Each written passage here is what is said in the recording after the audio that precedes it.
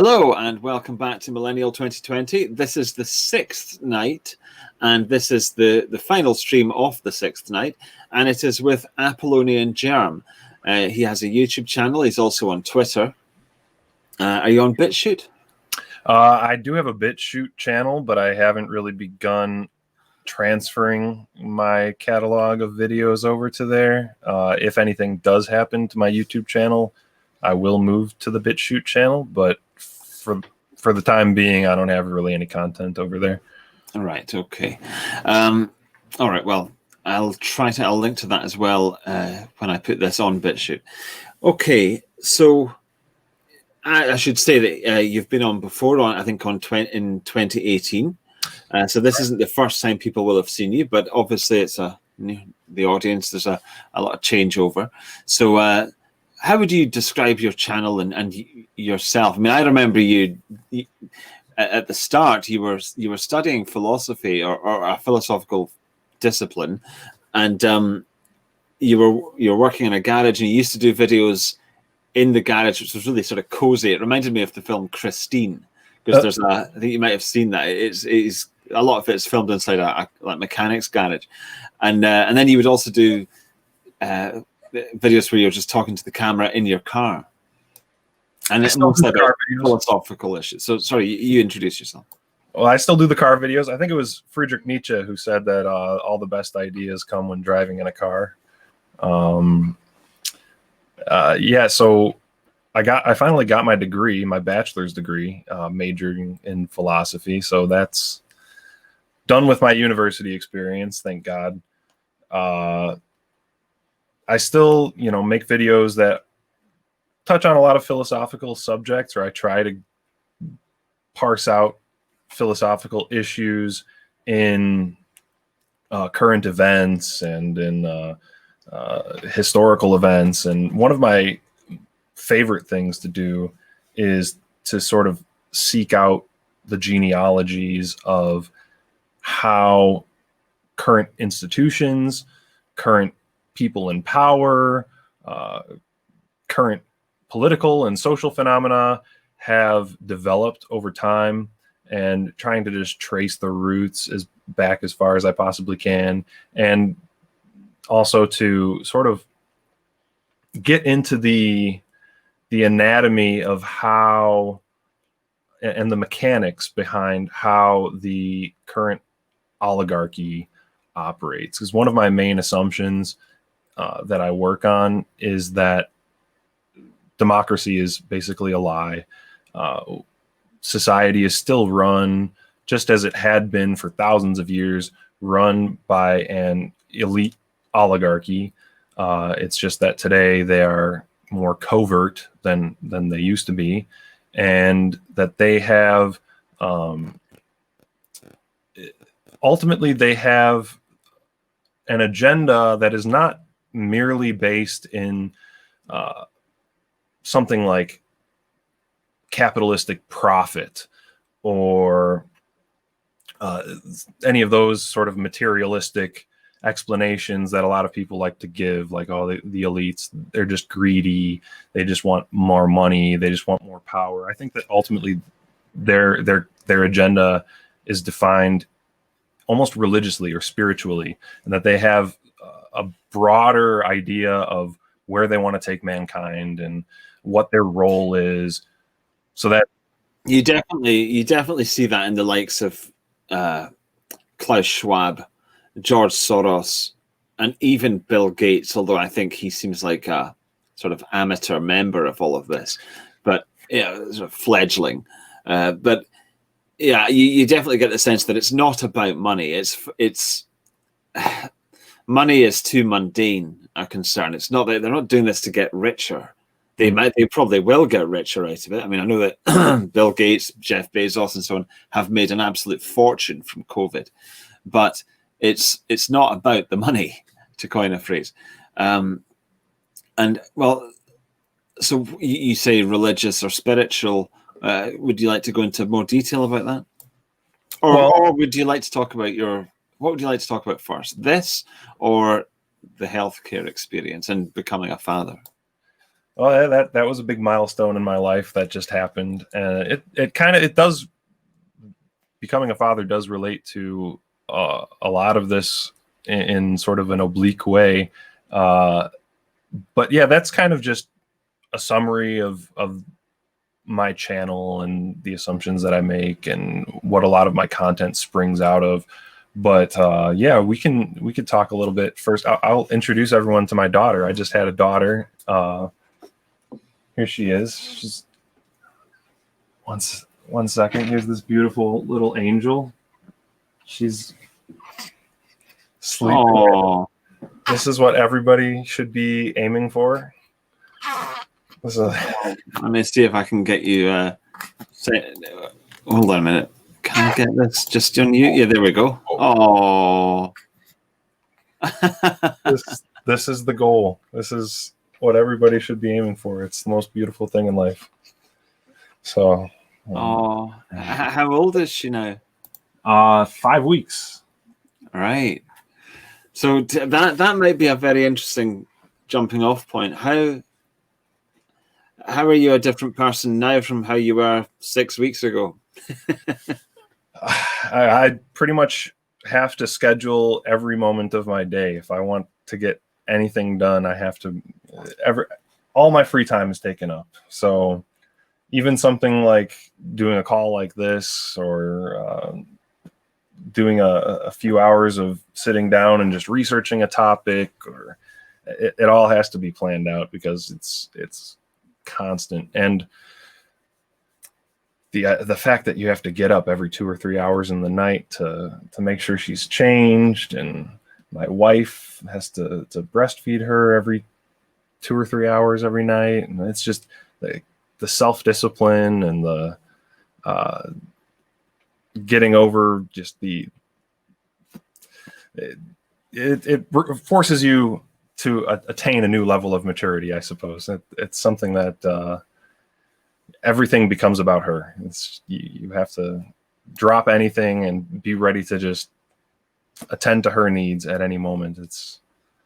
And yet, as you say these words, you're smiling nonstop. Because she's beautiful. She's just when she smiles or giggles or makes cute little faces. You could do these kinds of things once you have a daughter. Look at this little.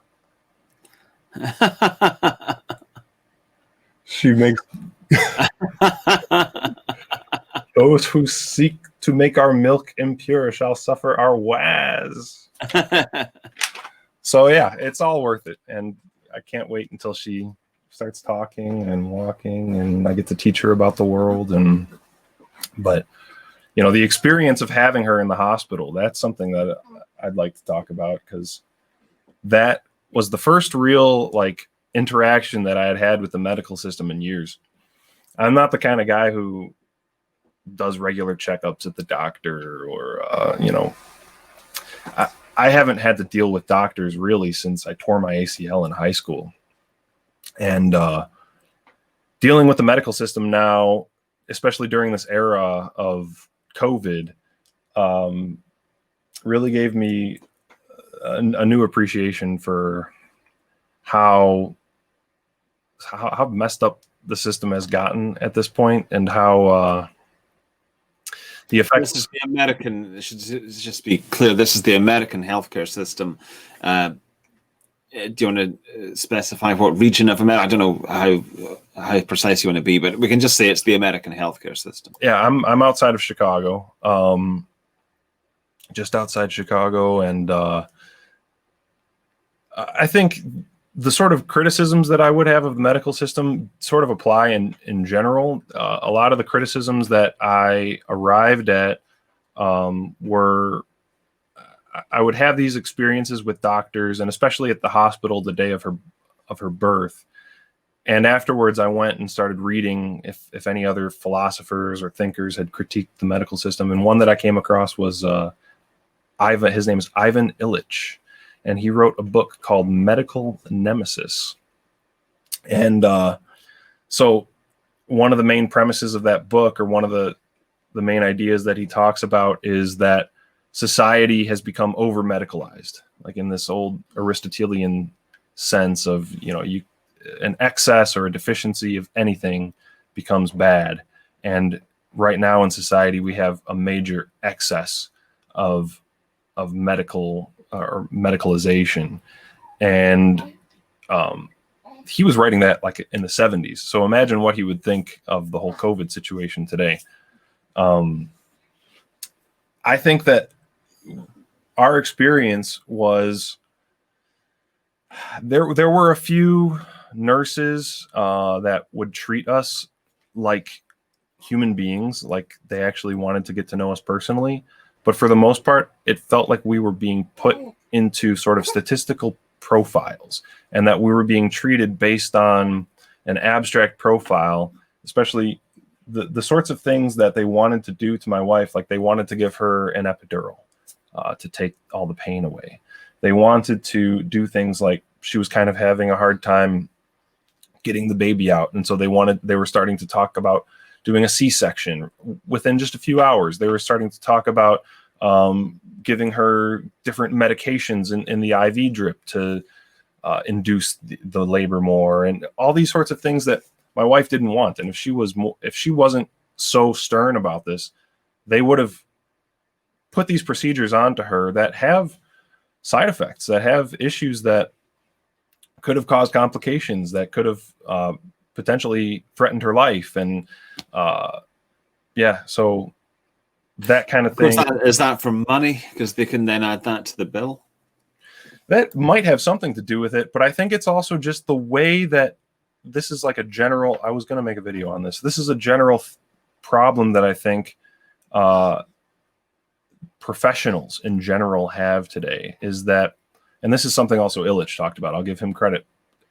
He says that doctors have gone from being sort of artisans that administer a service to a certain person to being technicians that apply scientific rules that were bestowed upon them by the academic system, by their training, by certain procedures that they just have to learn and memorize.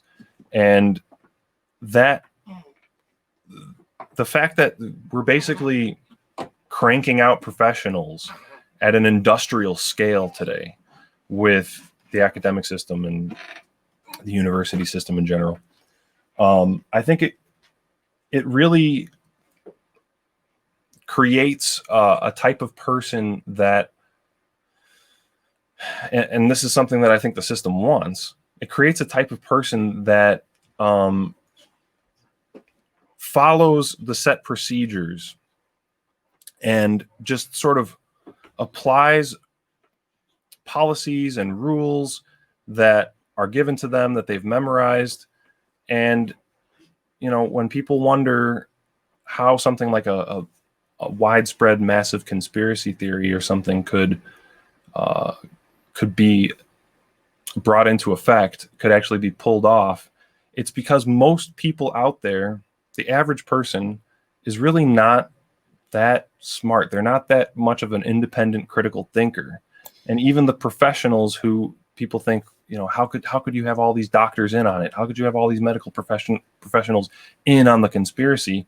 Really, they're not in on anything. They're just the types of people that follow the rules that the authorities give to them, follow the procedures that are taught to them. They're just memorizers and regurgitators. And you see that a lot, I think. Absolutely. You're seeing it now with COVID. Yeah. I mean, you know, when I was born, the advice was don't breastfeed your kids, give them formula. And I'm sure that every nurse in the hospital probably said, yes, of course, that's what to do. That's the advice that we know now that this is the best thing. And now, of course, that's completely flipped on its head. And everyone knows that, well, everyone assumes now that that's not the case. I think I think you're right that the medical profession is no more, well, I mean, science, all these people go on about climate change. We assume that every single one of them is operating rationally and independently. Like you've got 1 million people involved in it, so you've got 1 million checks and balances multiplied by, you know. No. They are just as much following the consensus and the enforced consensus as anyone outside of those professions. So I don't think you can rely on them to be rational. But your point was that the public in general, most people are not independent thinkers. And I agree with you completely. And this is why, you see, this is where you and I might disagree. I don't know. Because to me, it seems like that means that there has to be some sort of hierarchy, because otherwise nothing will, I mean, if people aren't independent thinkers, then how can anything happen unless they are told what to do, or advised, guided in what to do, whatever. That's a question that I've been wanting to put to you to some time, and I'm not trying to catch you out or anything. I'm just curious about what you would say about that. Well, that's actually a topic I've been wanting to address for a while, because I come from sort of a libertarian background, but I think that the impulse that I had toward libertarianism was purely rooted in the disdain that I have for the powers that be, for the people who are in charge, and the direction that they're taking society, and the sort of the overall agenda that is being put into play. And yeah. I since coming to I guess what you would call more white nationalist or ethnic pride, or these sorts of ideas, I've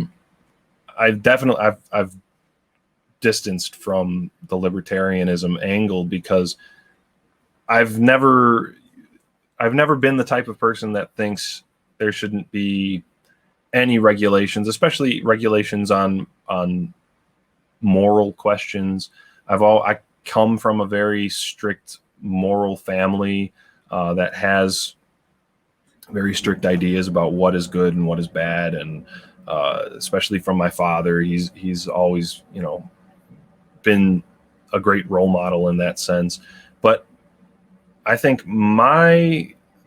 for me, and this is sort of a radical idea that I know that it's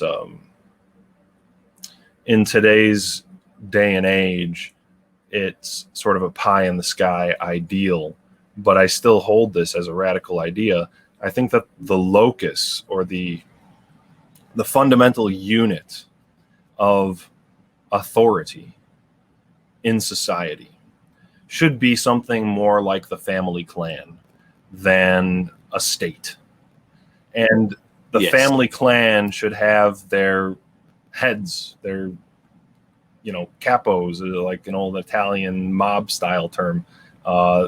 They should have their rulers, essentially, and that should be the source, the wellspring of morality, of law, of order, and that personal style of creating order should be, I think, the real fundamental unit of order in society. But yeah, I do think that if you had, if it was all the fathers in society who were in charge of what's allowed in popular culture, you would never have had rap music or these degenerate things that are clearly awful for their sons and daughters. They just wouldn't have allowed it. I'm sure. Yeah. So I don't disagree, and I just as much as anyone, I wish that we did live in a state that matched our ideals more or less. I would probably be less inclined to libertarian beliefs or things like that if the state was more benign, or less openly aggressive, and if it wasn't trying to literally genocide our people. So that's the thing. That's the thing, right? I mean, I quite like the idea of a society being a system that facilitates and protects the populace. Yeah. I don't really see what else it should be than that. But the populace has to be the thing. the people, the ethnic group or whatever, or the culture has to be the focus. It can't be the state, and it can't be economics. That's insane. And it definitely can't be high-flowing ideas about how the entire human species should operate. So we're just one node, and we'll do whatever world government tells us to do. Or whatever we think that there should be a universal brotherhood of man. So guess what, ethnic group, you're fucked. That is the mentality of our current leaders. The elite who's in charge. I mean, that's it at best. At worst, they don't even give a shit about that. It's just you are a consumer, and nothing. Just suck on that straw with the Pepsi supply. That's your function in this universe. I mean, that's a horrendous view of human life. Yeah.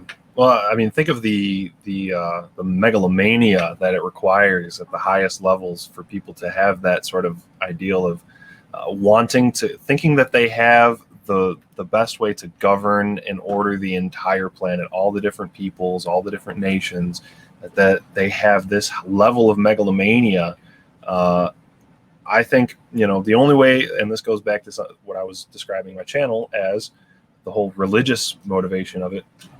I think the only way to explain that is when you start, first of all, you could just look at it empirically speaking and look at who has been behind a lot of these social organizations and social movements, and even funding and supplying wars, the money behind a lot of these things. You look at who, and who I'm talking about, has been behind these things. It's a certain special religious group that sees themselves as being chosen by the one creator God that is in charge of everything, and that they're his special people that are collaborating. They're emanations of his divinity. You're talking about European-style socialists? Yes, exactly. Okay. Yeah. I was wondering. You can be quite explicit. Don't worry. Yeah, those socialist little hats that they wear. All right. So you were saying about how that, when you look at who's behind these things, that elucidates the purpose of it. I think you were going to get to. Yeah. So that I think is a main piece of the puzzle, and So when you look at something like what's happening now with COVID, I mean, there's a lot of different avenues you could go down with that kind of a question. I think that's the main question of our day and age, is what the hell is going on with COVID? And it's something that you could ponder whether or not it's as bad as they say it is. You could ponder whether or not there's basically 3 levels I've talked about. You can question the existence of it. You can question the efficacy of the regulations that they've come up with, and then you can question the moral and political value of what's been going on. And then beyond all that, you can question like what if they've created it, or if they're steering it in a certain direction. But I think that regardless of how you answer any of those questions, the biggest point that I would like to get across is that it's politically and ethically unacceptable, in my opinion, regardless of how bad it is, and regardless of how good their mask mandates and lockdowns are. And that regardless of whether or not it was created in a lab in China, or if it came from a bat, or if it's just something that's being fabricated out of thin air, it doesn't matter what those answers are. The fact is that the direction that they're taking us and the way that they're using this event is completely unacceptable. It's bringing us into a world that nobody wants to live in. It's a medical dictatorship, essentially. It's a new 9/11. Oh yeah, well, that's an interesting comparison. Let me just say first, I think you're right that we might never know where this came from, what was going on in China in the first few months, whether it originated there. We might never know this, but what is clear is that this is now a virus that has a 99.6% survival rate. You have to be, I think, over 70 in order to have a 5% chance of dying from it. You've still got a 95% chance of not dying from it. And you have to have comorbidities and all the rest of it. It's not a serious thing. It's simply not. It's nowhere near as serious as they were claiming at the start and are still claiming now. They're still claiming it's very serious because they're still using it as the justification for all of what's going on. This huge vaccine drive, the mask wearing, the social distancing, the lockdown, and of course the Great Reset.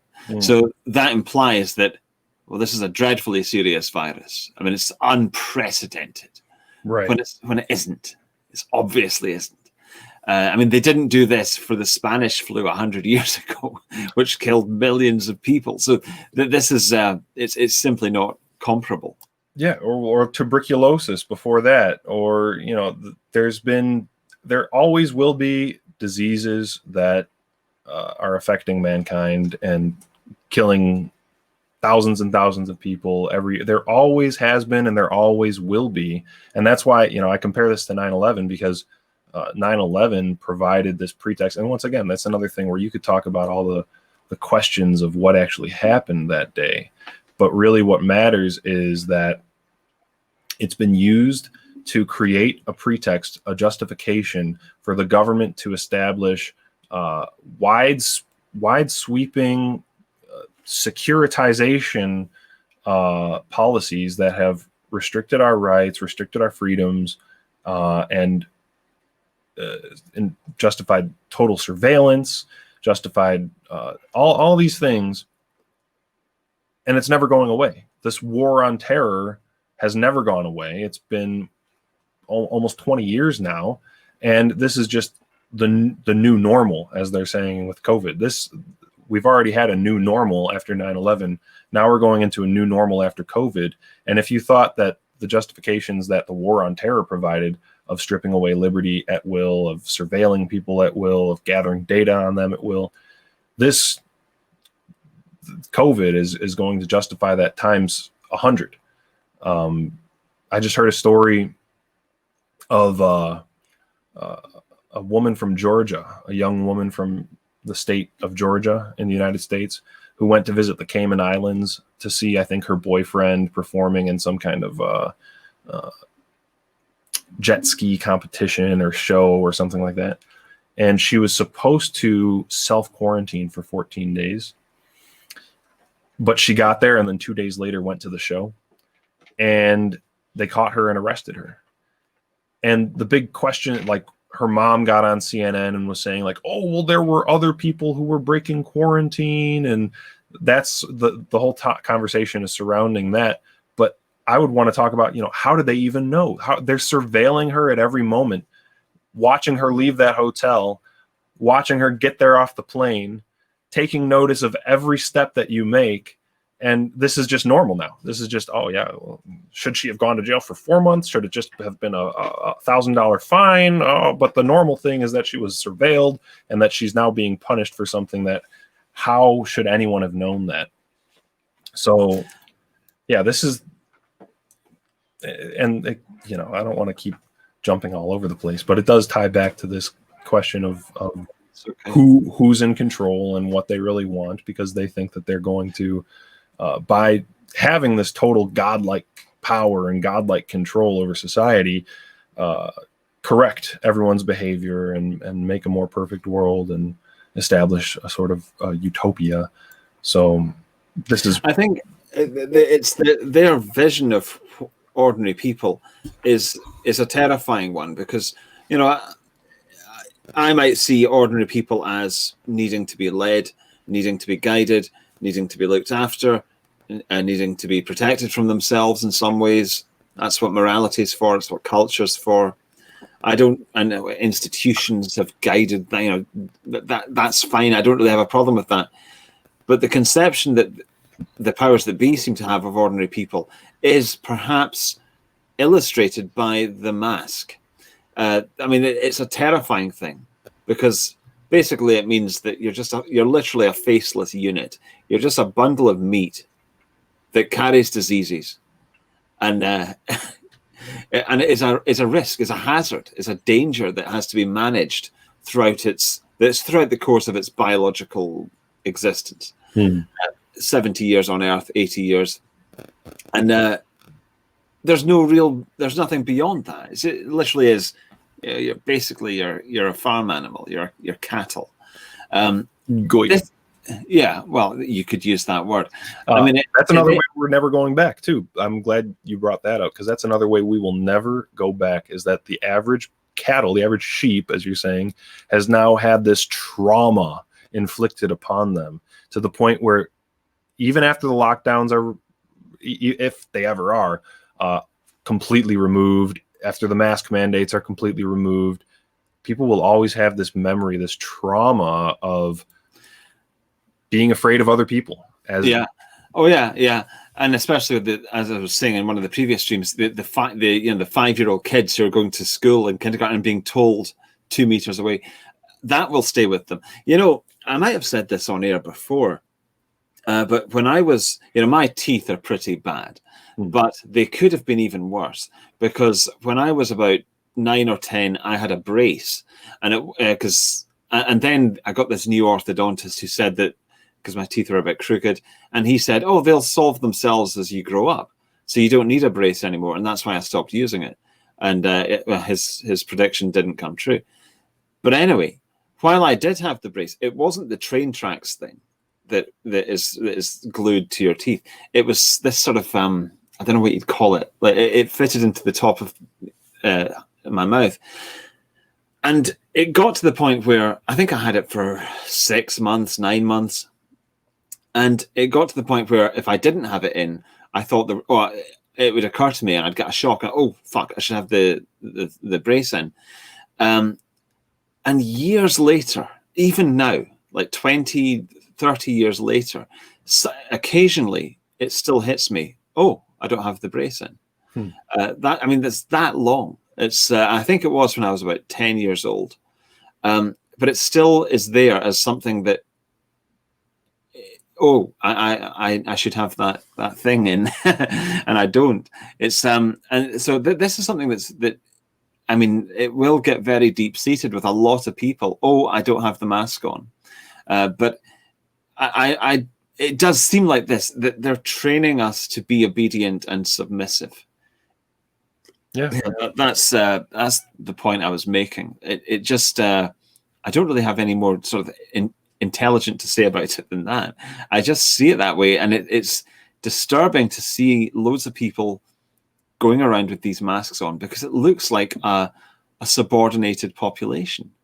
Yeah, and I mentioned this in a recent video where if a person is told, I think I'm just kind of theorizing here. I don't have any like hard evidence to back this up, but this is what I would think is true. If a person is told conflicting statements by somebody in authority, something that just doesn't make sense, if they're lied to, if they're deceived, they're told one thing and then told the opposite thing by an authority figure, like in 1984. Like, this is something that in 1984, one of the main things that the party wants the party members to do is to be able to do this double think, to be able to have conflicting ideas, cognitive dissonance, and to never be able to resolve that dissonance because they've been told by an authority figure one thing and then the opposite. Once somebody is able to do that, I think their critical thinking faculty just short circuits. It's difficult for them to ever think critically again, for them to ever think logically and to analyze what the authority is telling them logically ever again, because there's like a pain and a fear and a sense of shame that they've accepted these two contradictory ideas purely on the basis of authority, the social pressure of it, just all these different social pressures come into play. And once that happens, once they're deceived in that way, and it was even Plato who said something like, anything that deceives men seems to produce a magical enchantment. I think sort of what could be meant by that is that once people are deceived in that way, they're not able to think critically on their own anymore. So when we're told things in the course of the coronavirus, we're told things by someone like Dr. Fauci. Early on, he was saying something like, oh, well, masks don't work. They might stop some spittle, they might stop some droplets, but they don't really work, and don't wear them. It's pointless. And now they're essential. Now masks are the most important thing in the world. Everybody has to wear them. Also, in the beginning, Dr. Fauci said something like, and there are clips of these things where he says this, asymptomatic people don't really spread the disease. You don't have to worry about it. And all past respiratory diseases, people who are asymptomatic don't really spread it. And now it's the reason that we have to have these lockdowns is because asymptomatic people spread it so much. And so you get all these contradictory ideas that are given to you. And I can't even imagine how bewildering it is to the average person in the public who is sort of just being swept one way and the other. And it's just, you get to the point where it's like, you can't understand. You don't even want to try to understand, because as soon as you start trying to pick these questions apart, you start to realize, I must be being lied to, or these people are just idiots, or because you can't have all these contradictory ideas. So they just stop trying to figure it out. Or they think that, well, I must be stupid. I just must be. If I can't reconcile this, and the experts seem to think that it's these two things are fine, but I can't reconcile it, well, then I just must be stupid. So I'll just have to go along with what they're telling me. So I think that is part of it. And, so there's that issue. There's the distrust of their fellow men. There's the fact that, who's going to be able to gather now to protest, to do it's really creating the protest thing is, and actually how is it pronounced? Fauci? Anthony Fauci. There was one clip of him where he was asked about gathering in public. You've said it's really dangerous, so should the protests stop, meaning the BLM protests? And he just fell silent, and he's I couldn't say. But, well, I mean, oh God, it's infuriating.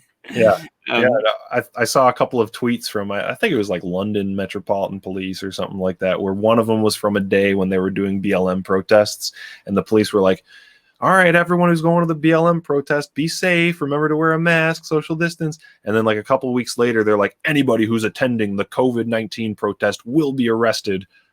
It was literally it was like 7 days later. No kidding. Okay, yeah. That's it was incredible. And so the COVID, that one actually, I think there have been several throughout the summer. One of I think it was that one got actually cancelled by the police. And then because they're not social distancing, they're not obeying the protocols. So we've got to, but the BLM protest was also clearly in violation of those protocols, but it was fine. And then there was an Islamic march that was, again, same thing. We'll allow that. But as soon as it's a anti-COVID thing, no, it's violating the protocol. I mean, it's absolutely, it's so obviously insane and hypocritical and dishonest that you can only assume you're kind of meant to notice this. You're kind of meant to notice that we're clearly contradicting ourselves. I think it is almost just a naked display of power for the sake of it. Like they want you to know that they don't give a shit. Right. Yeah, it's crazy, and it's the whole surveillance thing is going to keep getting worse and worse. This is something we've mentioned, the Great Reset, a couple of times up until this point, but getting into more about what that actually means, I don't think a lot of people really know exactly what that means. There's kind of a vague idea of they're going to establish some kind of Marxist totalitarian dictatorship type of regime, but and that's, by the way, debunked on Wikipedia. If you go to the Wikipedia page for the Great Reset, it says like, that there's all these people who are promoting this kind of Great Reset rhetoric and stuff, but then like the final paragraph is conspiracy theories. This is just by the way, it's a conspiracy theory for people to think it's a totalitarian thing. And yeah, it's pretty bizarre. That is another thing. It's amazing. It's like when, they'll say diversity is a strength, but then there are people moaning that diversity means, they'll say something like, population replacement. The Great Replacement is a conspiracy theory, but we're really glad that it's happening. Right. It's that level of open self-contradiction. Right. Well, they get into what they really will dispute is something like they'll say, with the Great Replacement conspiracy theory, these evil Nazi white nationalists think that they're being replaced in their countries on purpose. But really, this is just a natural historical process, and nobody can cause this. Nobody can have any control over this. This is just, it's like the wind blowing. It's like the sun rising. It's, that's how they call it a conspiracy. But then you look at, the fact that immigration laws can be controlled. And I live on a country that's essentially a very large island. There is no way that if they wanted to stop immigration into Britain, they absolutely could. I don't believe for a second that it's just some impossible task. Right. Bullshit. That'd be easy. And history shows that. That's another thing where people who say like, oh, all of this is just capitalism, and they're just trying to increase their profit margins or increase the consumer base or things like that. You look back, but just before the 1960s, America at least was still very capitalist, and there were literal eugenics laws on the book where miscegenation, mixing of race, mixed marriages and stuff were banned in dozens of states. It's not something that's just a function of capitalism. America was just as capitalistic back in the 1940s when eugenics was being taught in Harvard, and this is the ironic thing, and I don't want to go too far into this for obvious reasons, but it is an amusing thing to learn that the Allies were as racist as the Nazis, and and as pro-eugenics, or even you could say that they were even more pro-eugenics than the Nazis. I mean, Hitler did actually shake the hand of what was his name? I've forgotten the black athlete's name at the Olympics, Jesse something. Oh yeah, I forget his name. Yeah, but I think it was the American president who didn't. But it's now spoken of as the reverse, where Hitler was too racist to shake this guy's hand, but no, he actually did, and I think gave him a Christmas present or something. I can't remember now, but it's just one of those things that's been misrepresented. Yeah. And I'm not even saying that just for the sake of the security services. I'm not pro-Hitler. I'm not trying to sell anyone the Nazi Party. I'm just saying this is what I've read. So the other thing was, that the American GIs were polled. I think it was in 1943. It was something basically. Would you be up for integrated barracks, so the black GIs and the white GIs would have the same barracks, and they said no by quite a large majority. And I think there was also something else. Would you rather the Nazis won the war, or America desegregated, or something like that? And they said they would rather Hitler won the war. I mean, I can't remember the question now. This is just paraphrasing. The point is, this is where the left are actually, oddly enough, correct when they say that all white people are we're all as bad as each other. We're all as bad as the Nazis, because in a way it's actually true that to say that, well, we were as racist, the Allies were as racist as because what the civic nationalists will say is, we defeated the Nazis. We can't possibly be as racist as them. But no, in a way we actually were, or more so. Because it's obviously a big issue, but it's just amusing. It's just amusing to see how much drivel is spoken about this. Yeah, and I've forgotten how I got into this. How did we stumble onto this? Oh yeah, so tendentious topic. But anyway, go on. That was a good tangent, but it was from talking about the Great Reset being called a conspiracy, and then the Great Replacement being called a conspiracy. When it is, these are actual concerted efforts, and the fact that, just like we were saying, just 70, 80 years ago, the values and norms in society were pretty much the opposite of what they are today, shows that this could not have been organic. This is not just something that magically happened. This is something that took a lot of effort, a lot of power, a lot of finance, a lot of propaganda. You don't get a shift like this overnight. No. So, but what is the whole Great Reset in terms of COVID? Getting back to that, what it really is, I don't hear a lot of people talking about. And the Great Reset is something that was discussed by Klaus Schwab, the chairman of the World Economic Forum. And Schwab also has coined this term, the Fourth Industrial Revolution, which is really what I think he means by the Great Reset. What they want to bring about with this whole Great Reset is this Fourth Industrial Revolution.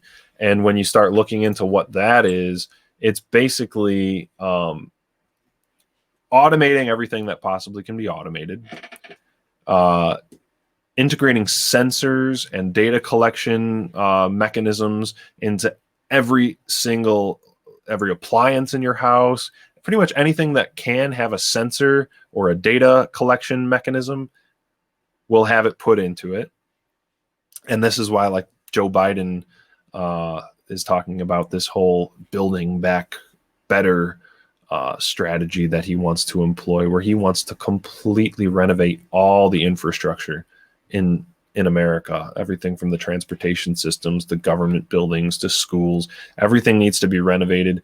And the purpose of the renovation is to recreate things with this in mind: automation, the Internet of Things, which is the sensors sending data to central servers and cloud servers and stuff that will keep it total surveillance, total automation, that kind of thing. And that's the sort of thing that a government theoretically would need to really have total control over a population, a true panopticon situation where everyone feels like they are just totally surveilled and controlled. And so that's, I think, and yeah, that's the direction that I think things are going. And they also talk about stuff like making things more equitable and reducing the standard of living in first world countries so that they could build up the third world countries, and this whole climate change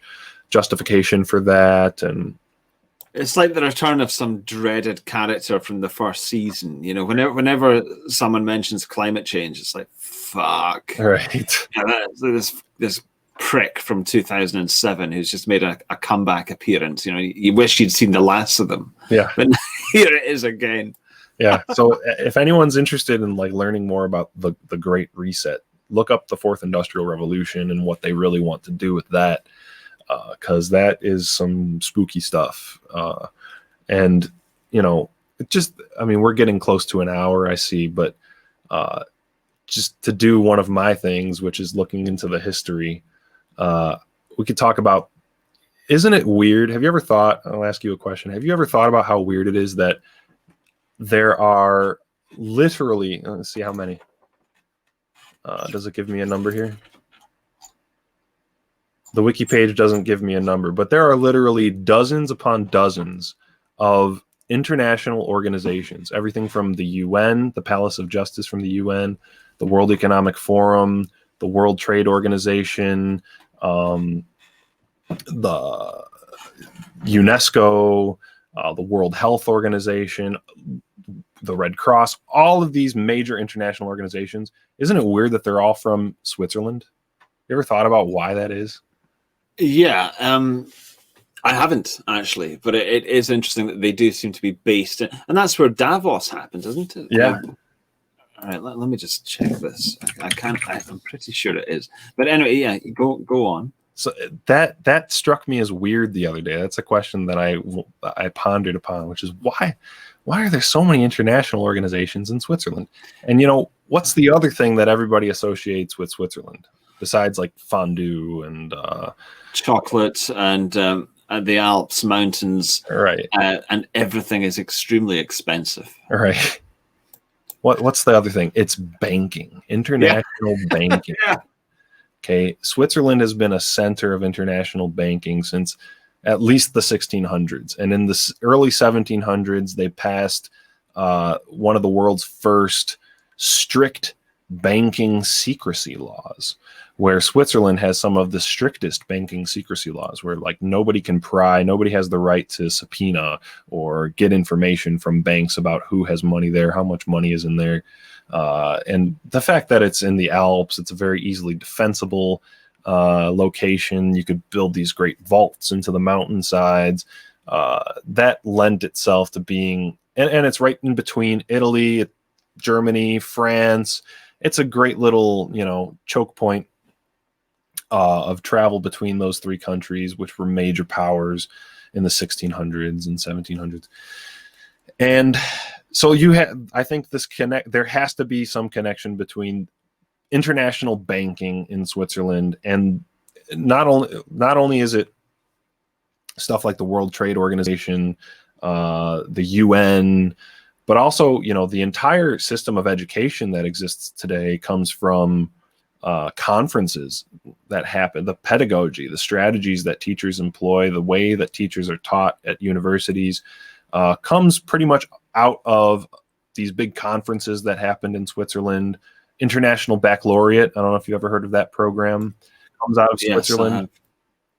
All the big names in educational history, like Piaget, Montessori, I'm blanking right now on other names, Dewey, Rudolf Steiner, maybe. What was the one? There's a name for that alternative type of Waldorf schools. Yeah, Rudolf Steiner was Austrian. Waldorf school education. Can't remember. But anyway, there were these like world economic or world educational conferences that happened there. So, the whole educational system, which is pumping out these liberal progressive ideals, also comes from conferences that happened in Switzerland. So I think that there has to be this grand connection between the international banking activity that was going on there and the modern educational, economic, the UN, all these systems that are going on right now. And the other thing that I knew that came from Switzerland, just to make one more connection, which I thought was pertinent, is, Calvinism comes from Switzerland. One of these great, John Calvin, a great reformer of the church, came from Switzerland. And one of his big ideas, he came from France, but he did a lot of his activity in Geneva, Switzerland. He ran a school there. He got together with other Calvinist reformers there. It was a major center of the Reformation. And one of his ideas was like relaxing these restrictions on usury, relaxing restrictions on lending on interest. And if you look at the page on Wikipedia for Calvinism with politics and society, the countries like Amsterdam, which became Calvinist, became a refuge for political or religious minorities like the socialists that we were talking about earlier with the tiny hats. And right. So you see like Calvinism, and there's a book, I know I'm jumping around a lot here, but there's a book called When Scotland Was Jewish. I'm not accusing you of anything, but When Scotland Was Jewish talks about how Scotland actually had a major, and this goes into DNA evidence, archaeological evidence, it's really well written, has an upper class that began around the 1200s of Sephardic refugees that came up into Scotland and basically established themselves as a mercantile upper class.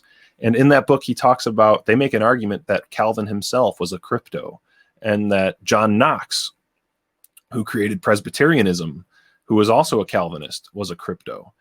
And the fact that these Calvinist societies like Amsterdam became refuges, and I would say also Switzerland, which is became a Calvinist society, became refuges for these socialist bankers. I think that there has to be some connection there. I'm not you know, I can't create like a very coherent explanation for all this for you right now, but I'm just throwing out that this is one of the things I do, is just throw out connections, throw out threads throughout history that warrant further investigation for people who are watching. Just look into it. That's all I'm saying. All right. Yeah, I just looked up some pictures of John Knox, and yeah. All right. You have a long nose? Well, it could just be distortions. Yeah, you wouldn't be surprised either way. Let's put it that way. So, yeah, well, I mean, Switzerland, the thing is, I mean, it's obviously a tax haven as well, which is another aspect of all this. And it is that's the annoying thing, is that Switzerland is a beautiful country. It's a lovely country to drive through. I've driven it through it several times on the way to Italy from Britain, and it is. You do get this sense of, my God, that, you know, this is where the mega rich go. This is where they meet, and so on. I don't really have any more to say about it, because it's just something that, you know, like, I've driven through San Moritz, which is mentioned in that song, Peter Sarstedt's song, "Where Do You Go To, My Lovely?" And it is lovely, you know. It's idyllic. And you think, damn, it's a shame. It's sad to think that such awful schemes could be hatched in such a lovely place. Yeah, it is. I wish I've been there. The only place in Europe I've ever really been is Norway. I have family up there, but yeah, I'd love to visit Switzerland. But well, yeah. You should go to Davos next year. Maybe they'll invite me. I'll see you there. All right. Well, is there anything else you'd like to say, or should we end it there? Oh, we can end it there. You know, that's just one of the things that, you know, if you come to my channel, check out my videos. That's the kind I like to just look back into history and try to trace things back. And I wish that more people did that. I know that you've spoken with other guests about this whole idea of not getting too bogged down and really focusing on the here and now, and this like doom. What have you called it? Like something to do with doom and gloom, doom mongering, something like that. Well, look, I mean, that's more about. I can't remember what comment it was, what the context was. What I would say is, you should probably look for what agency you have in your own life, and that, you know, that might be depressing. It might be that you can't save the world or change people's minds en masse, but you know, that might be the reality for all of us. But either way, I do think that it's a good idea to maximize control of your own life. That just seems common, especially if you are an independent thinker, because then, if you're not in control of your own life, if there are ways in which you're falling short of that, it will eat at you, as it does with me, and certainly has done in the past. So yeah, that's what I would say about that. Yeah. I mean, it's, you know, if you can live off, and this is why I was talking about Bitcoin and so on, because I think it's a good idea to, if you have that nest egg, so you don't have to worry about an employer who might fire you so much, that kind of thing, or a media that might disgrace you and shame you and whatever, ostracize you, then yeah. So I think that you should try to have as much control over that as you can. But I mean, even closer to home than that, though, is your own body. You know, getting fit. This is why I want to do that. And even closer to home than that is your own mind. So, for example, in my case, I want to learn how to master stress better, because I do get stressed, and that's been a perennial thing with me. So, this is what I hope to be concentrating on next year. Yeah, in my own work.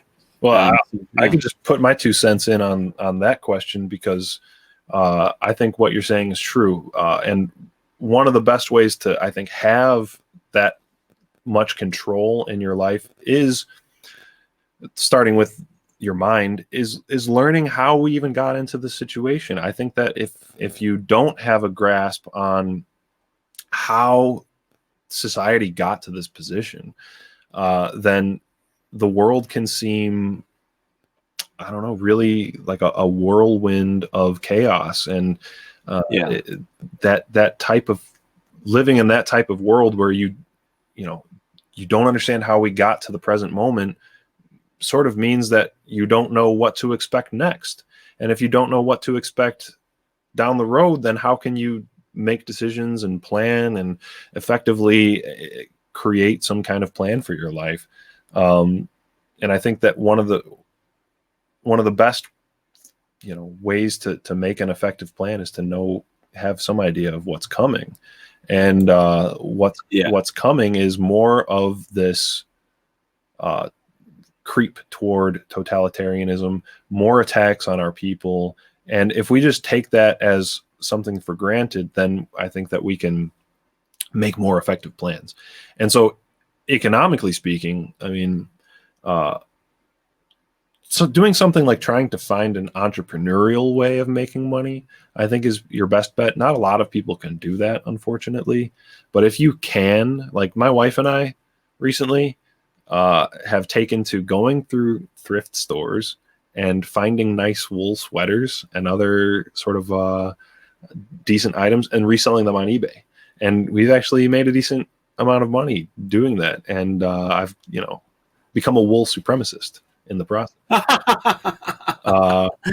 That's cool. That's really cool. I like that idea. So doing things like that, and also the fact, look, I have this beard. I wouldn't be able to have this grand beard if I worked at some big corporation. So I work as a tow truck. That's another example of you being a wool supremacist. The woolly look, the wool sweater.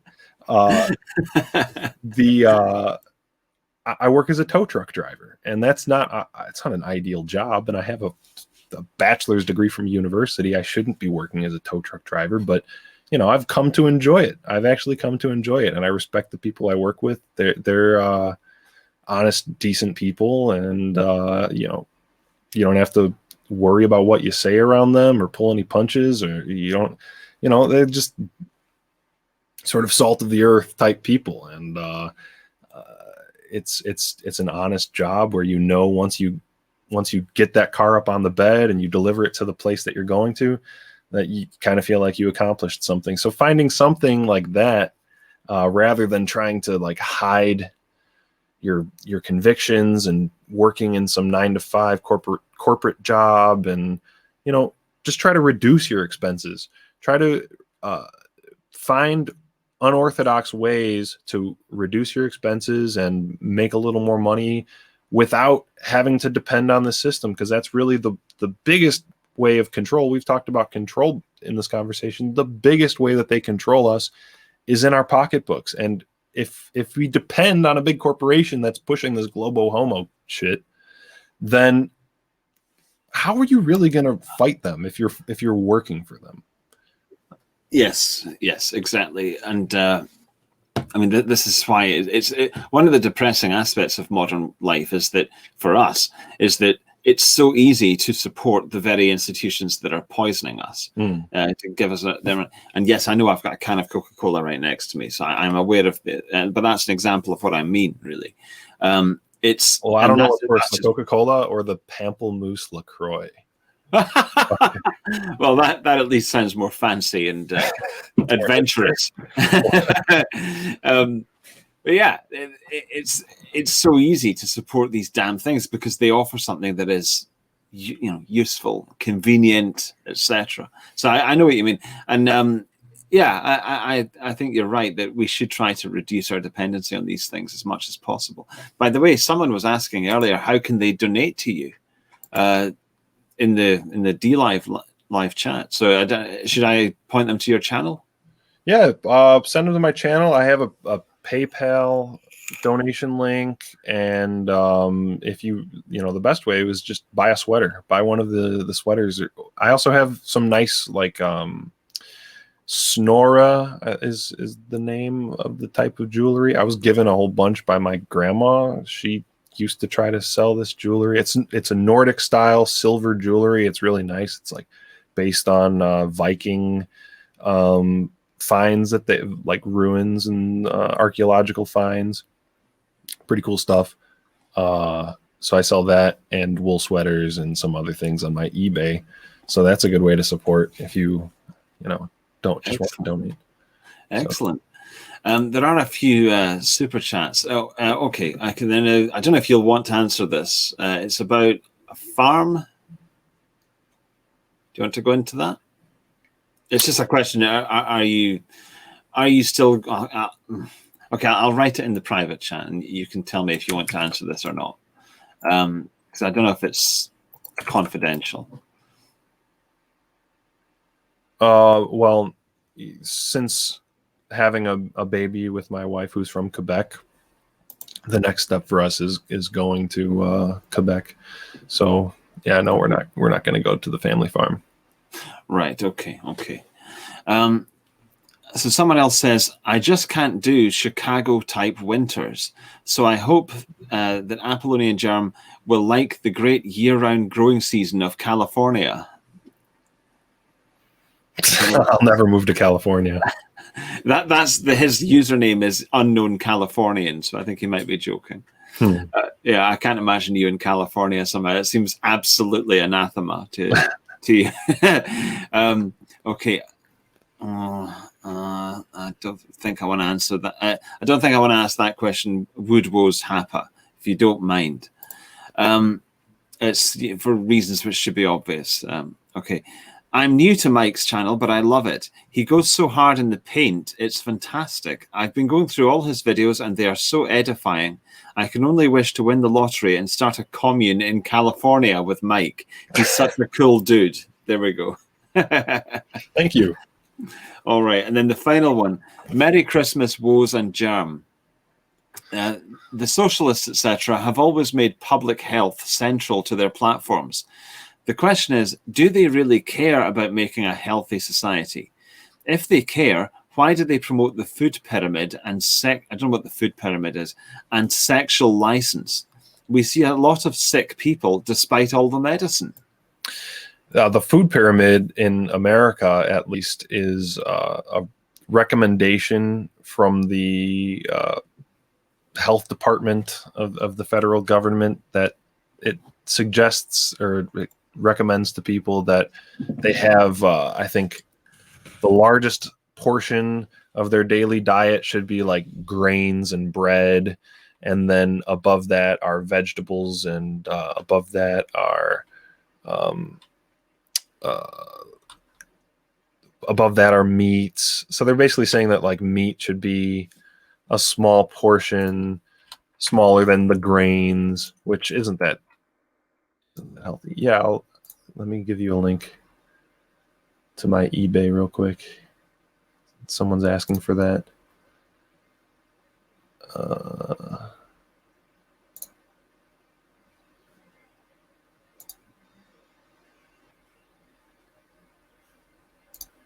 Yeah, I'm not able to find it. It's on my channel. Just go look at any of my videos, any of my recent videos, and look in the description. There's a link to it.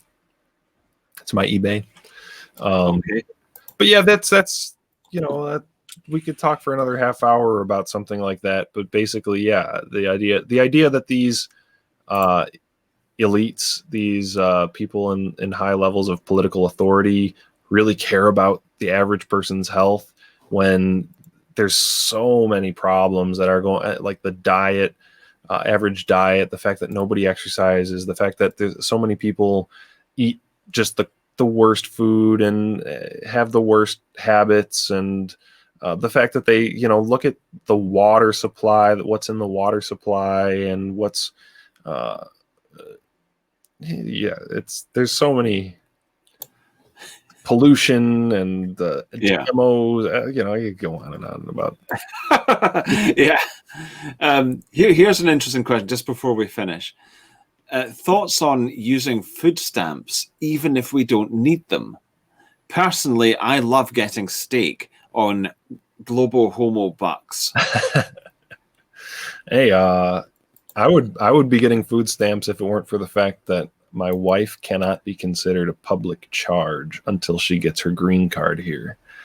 So we're receiving no assistance from the government right now because otherwise she wouldn't be able to get her green card. Right, I see. What I would say about this, and this has come up before a couple of years ago. I remember answering this question, I think in 2017. I think that people shouldn't use welfare unless they need it because it is spiritually damaging to live on welfare. I did for a long time, so I'm speaking from experience. It's not good for you. And maybe other people would be more resilient to it, so they could do it and be quite blasé about it. But for me, it always really ate into me that I was living off other people. I hated it. So I would say just be careful with that. You're absolutely right that the system is completely corrupt and it's bringing in loads of people into our countries who are living off welfare. So I can understand someone saying, well, why shouldn't we all just do it? That's up to you. It's obviously still something that I wouldn't advocate for legal reasons, but also I would say if you do it, be aware that it could have a spiritual cost to you. Yeah, no, I could see that angle of it. And, my libertarian past says I don't want any welfare from the government. And really, ideally speaking, even like with these stimulus checks, I think they just passed in America just tonight. They passed a stimulus bill where they're going to be giving everyone $600. And like my immediate practical mind says, great, $600. Fucking give me the 600. I need it. But in the back of my head, abstractly and intellectually, I know like all this printing of the money and the dilution of the money supply, the inflation that's going to be happening, the fact that they're just getting people used to this idea of getting free money from the government, all of that is not good. Like in the long term, we're going to see consequences for this kind of stimulus check type of mentality and people look for profligacy. Yeah, it's not good in the long run. But I look at it like the people in charge are my enemy and they're handing out free money. I might as well grab some if it's going to help me in the short term. It's not something that, I would like to become dependent on, but if it's going to help me save a little bit more money so that I could buy an AR-15, or it's going to help me, put a little more money away for putting a little more into Bitcoin or getting my property up in Quebec or whatever it might be, if it's going to help me with that like goal that I have in mind, then I'd say go for it. But that's I see what you're saying. Yeah. All right. Okay. Well, we'll leave it there then. So this is really fun. That was Apollonian Germ, and you can find him on. Sorry, do you want to say something? No, go ahead. I didn't know. Well, and you can find him on YouTube, and please do look at his eBay site, which is linked from there. And thank you for appearing on Millenniyule. Thank you. I enjoyed it. Hope you're back to making content, and I hope my comments back in 2018 didn't forget about get you too upset. And I hope that I know that you've talked. This is my last thing. I know that you've talked about self-improvement. I really wish you the best with that. And I hope to see more of you on YouTube. Okay, thank you very much. Okay, well, I'll be back tomorrow night, and I thank you. I mean that. I'll be back tomorrow night with Dangerfield, and then Red Pill Germany, and then Bitcoin Beginnings. That's Carl Thorburn, and then Jared Taylor. Jared Taylor will be on DLive only. The other three will be on YouTube as well. So excellent. That was the sixth night of Millenniyule 2020. Hope you've all enjoyed it. And Apollonian Germ, thank you for appearing. Everyone else, I'll see you tomorrow night. Bye for now.